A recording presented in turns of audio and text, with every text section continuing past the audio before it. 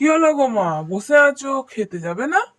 আর খাওয়া, পায়ের যন্ত্রণায় মরে যাচ্ছি। যাবো, তোরা যা, খা, আমি যাচ্ছি। এই তো সব কাজকর্ম সেরে এলাম। ঘরে বউ এনেছি, কোথায় ভাবলাম যে বউ সব কাজ বাজ করবে, রান্না বান্না করবে, তা নয় কো, আমাকে সমস্তটা দিন খেটে মরতে হচ্ছে। মানুষের ছেলের বউ এলে শাশুড়িরা একটু রেস্ট পায়, আমার দ্বারা আর সেটা হবে না।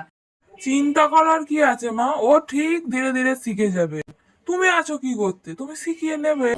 আমি আমি কেন শেখাতে যাব? ওর মা বাবার একটা দায়িত্ব ছিল না? অত বড় বয়সে বিয়ে দিয়েছে, আমাদের সময় তো কত ছোটকালে আমাদের বিয়ে হয়ে গেছে। আর ওই মেয়ের 27 বছর বয়সে বিয়ে দিয়েছে, অত বড় মেয়ে সারা জীবন পড়াশোনা করেই কাটিয়ে দিল। ওর মা বাবা বুঝতে পারলো না যে একটা লোকের বাড়ি পাঠাচ্ছি, কিছু অন্তত কাজ শিখিয়ে পাঠায়। তোরও তো দিদিকে বিয়ে দিয়েছি, আমি সমস্ত কাজটা শিখিয়ে তবে শ্বশুর বাড়িতে পাঠিয়েছি। একটা কথা বলতে পারে ওর শাশুড়ি? কিচ্ছু নয়। আর আমাকে কেন শেখাতে হবে ওকে? তাহলে মা, একটা কাজ করি, ওকে বরঞ্চ 1 মাসের জন্য রেখে আসি। 1 মাসের জন্য কোথায় রেখে আসবি? বাপের বাড়ি।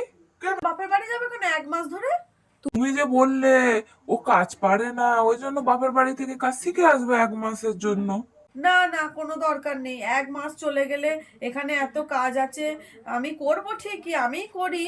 কিন্তু ও থাকলে একটু একটু তো সুবিধা হয়। যাকগে যাক, দরকার নেই। ও আমি বলে বলে দেবো, করে নেবে। না না, তোমাকে করতে হবে না। তোমার যখন অসুবিধা হচ্ছে, তাহলে ওর মায়ের কাছে থাক, ও শিখিয়ে পড়িয়ে পাঠাবে, তখন না হয় ও করবে। না না না, দরকার নেই, থাক। আমি ওকে বলে বলে দেবো, ও করে নেবে ঠিক। আর তোকে অত চিন্তা করতে হবে না। দেখি কি করব, এরম করেই তো মানিয়ে গুছিয়ে নিতে হবে, বল না? তুই যা, দেরি হয়ে যাচ্ছে, অফিস চলে যা, খেয়ে আমি যাচ্ছি, খাচ্ছি। ও আমি বলে বলে দেবো, ঠিক করে নেবে হাতে হাতে। যা।